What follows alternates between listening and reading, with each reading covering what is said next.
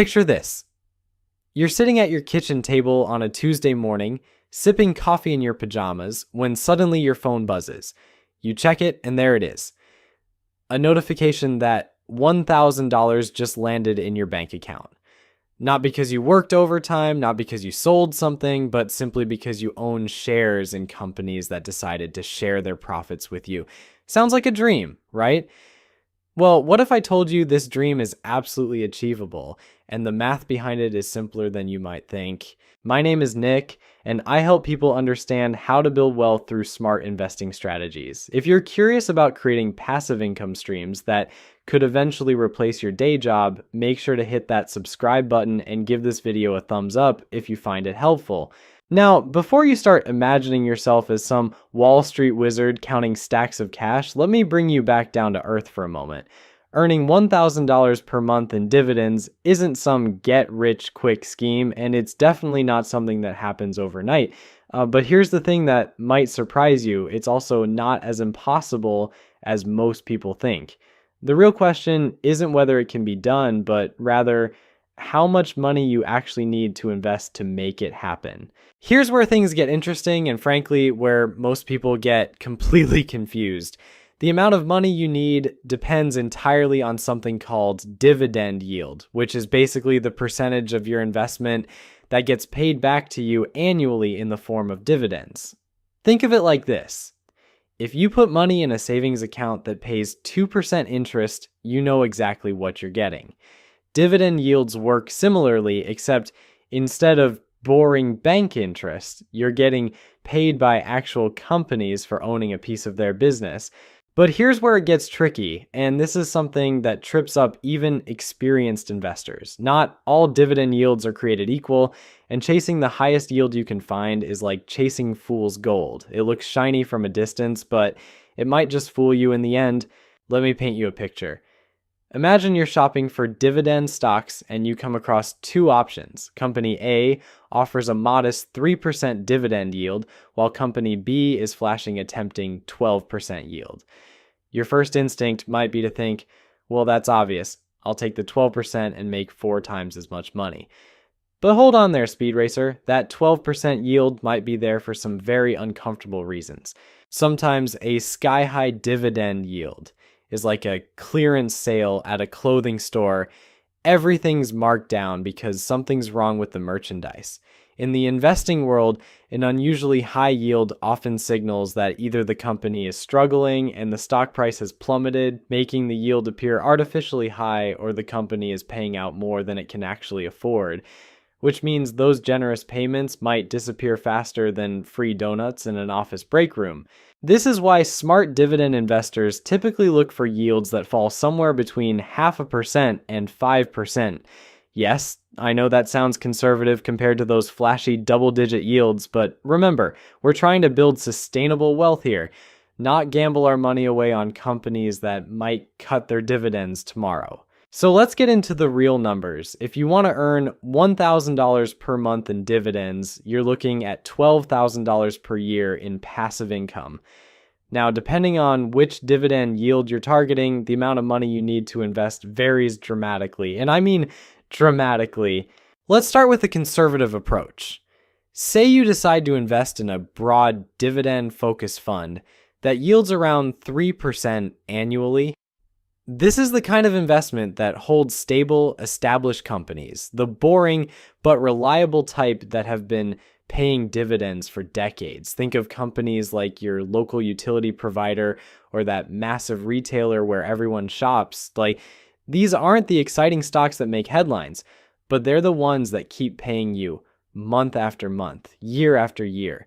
With a 3% yield, you'd need approximately $400,000 invested to generate that sweet $12,000 annually, or $1,000 per month. Now, I can practically hear some of you gasping at that number. $400,000? That's more than most people's houses are worth. But before you close this video and go back to scrolling through cat memes, stick with me for a moment. Here's what's fascinating about dividend investing. It's not just about the immediate income, those companies paying you dividends. Many of them also increase their payments over time. It's like getting an annual raise without having to ask your boss or sit through an awkward performance review. Some companies have been increasing their dividends every single year for 20, 30, or even 50 years straight. Imagine if your salary increased automatically every year for your entire career. That's essentially what happens with many quality dividend paying companies. But maybe you're thinking, Nick, I don't want to wait decades to build up $400,000. Fair approach, that could get you to that one enough. What $1,000 per month with, if I told you there's a different purely on dividend income, some interesting.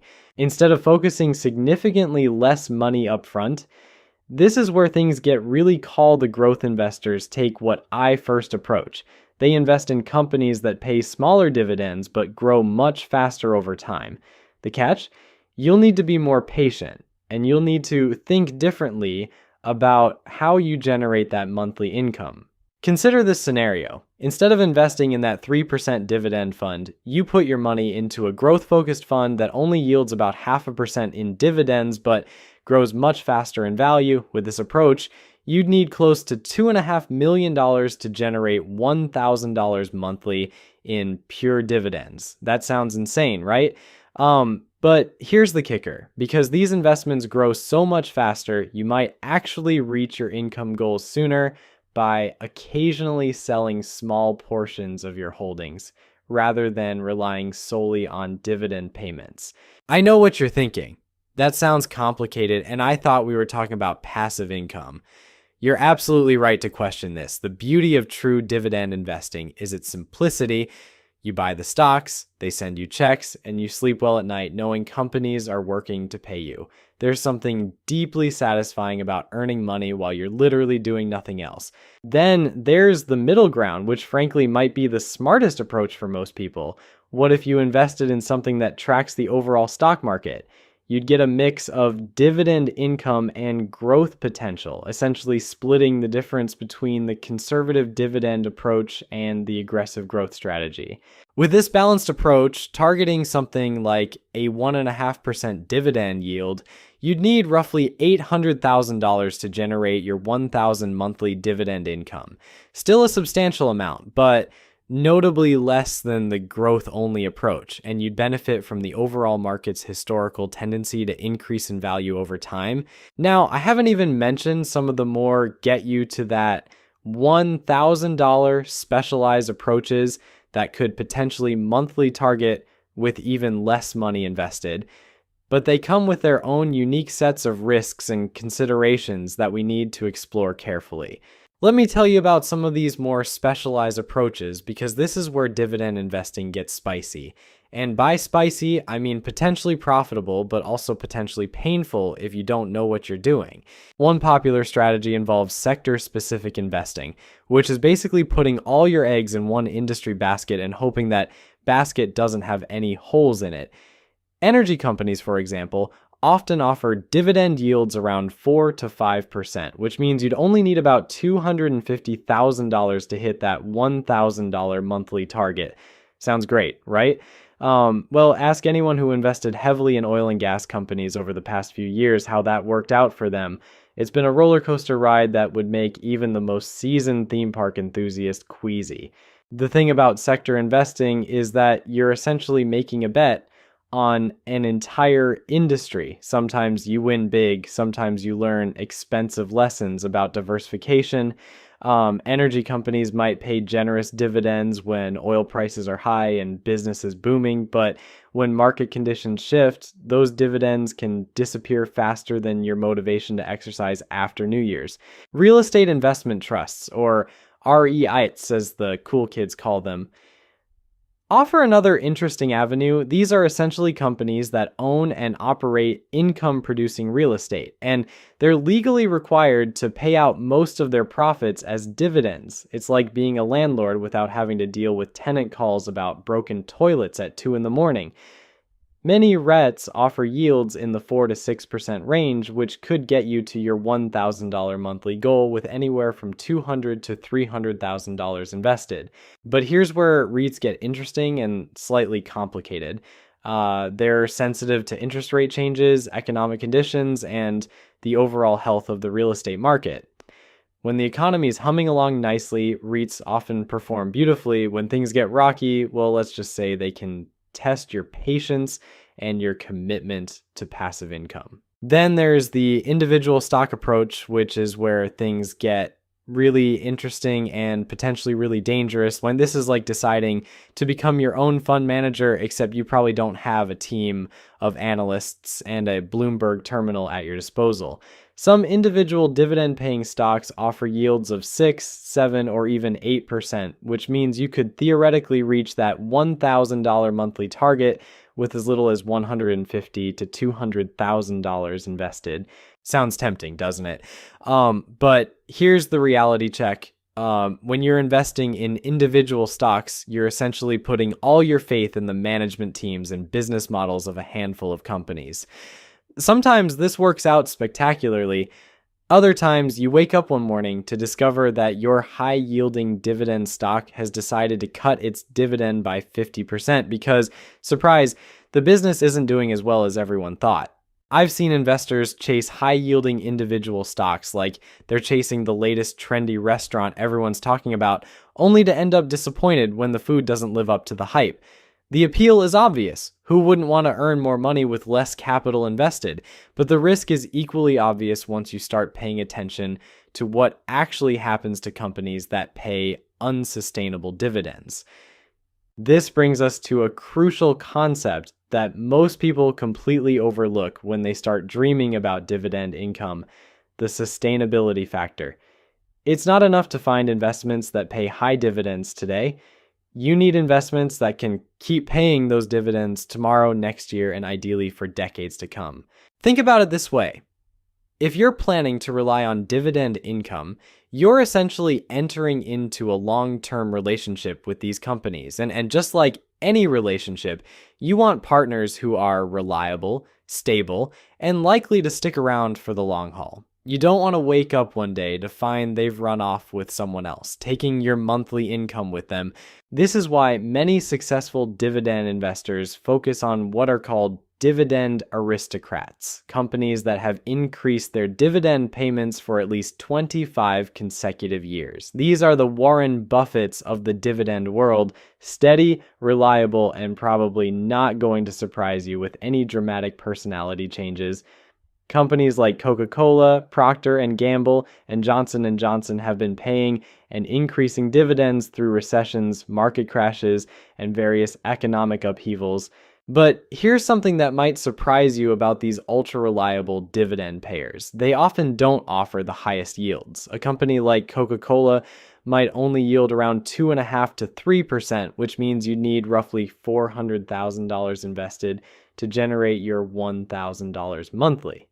But the trade-off is that this dividend income is about as reliable as gravity, and it tends to grow over time. Now, let's talk about timing, because this is where dividend investing gets really interesting from a life planning perspective. The amount of money you need to generate $1,000 in monthly dividend income might seem overwhelming right now, but remember, you don't need to come up with this money all at once. In fact, most successful dividend investors build their portfolios gradually over many years, taking advantage of something called dollar cost averaging. Here's how this works in practice. Instead of trying to scrape together $400,000 tomorrow, you might start by investing $500 or $1,000 per month into dividend-paying investments. Over time, not only does your invested capital grow, but those dividends you're earning get reinvested to buy even more shares, which pay even more dividends, which buy even more shares. It's like a financial snowball effect, except instead of rolling downhill, it's rolling toward your retirement.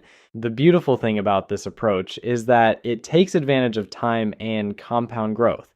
Those early dividend payments might seem tiny, maybe $50 or $100 per month, but they're working around the clock to help you reach that $1,000 monthly target. It's the tortoise and hare story, except in this version, the tortoise wins and gets to retire early. But here's where most people mess up their dividend investing strategy, and it's a mistake that can cost them thousands of dollars over time. They get so excited about receiving dividend payments that they spend them instead of reinvesting them. It's like planting a fruit tree and then eating all the seeds instead of planting them to grow more trees. When you reinvest those dividends, you're essentially telling your money to go make more money while you binge watch Netflix or argue with strangers on the internet. It's the closest thing to actual magic that exists in the financial world, and yet most people treat it like an optional feature instead of the wealth-building superpower it actually is. Let me give you a reality check about what reinvesting dividends actually means for your journey to that $1,000 monthly target. Let's say you start with $50,000 invested in a 3% yielding fund. In the first year, you'll earn about $1,500 in dividends. Not exactly life-changing money, but here's where it gets interesting. If you reinvest those dividends instead of spending them on takeout and impulse purchases, you now own $51,500 worth of investments. The next year, your 3% yield is calculated on the larger amount, generating even more dividends to reinvest. This might sound like watching paint dry in terms of excitement, but the mathematics are absolutely ruthless in your favor. After 10 years of reinvesting dividends, that original $50,000 investment could be worth nearly $70,000, and it's now generating over $2,000 annually in dividends. After 20 years, you're looking at close to $90,000 in total value, producing almost $2,700 per year in dividends. And remember, this is assuming you never add another penny to your original investment. Now imagine if you combine this reinvestment strategy with regular monthly contributions. Suddenly, that seemingly impossible $400,000 target starts looking a lot more achievable. It's like compound interest decided to team up with dividend growth, and they're both working overtime to make you wealthy while you sleep. But here's something nobody talks about when they're fantasizing about dividend income. Taxes. I know, taxes are about as fun to discuss as root canal procedures, but ignoring them is like planning a road trip and forgetting you need gas money. Depending on where you hold your dividend-paying investments, Uncle Sam might want his cut of your monthly $1,000. If you're holding these investments in a regular taxable account, those dividend payments are generally considered taxable income. Some dividends qualify for preferential tax treatment, meaning they're taxed at capital gains rates rather than ordinary income rates, but you still need to factor this into your calculations. $1,000 in gross dividend income might only leave you with $700 or $800 after taxes, which means you actually need to generate more like $1,300 monthly to net your target amount. This is where tax-advantaged accounts like IRAs and 401ks become your best friends.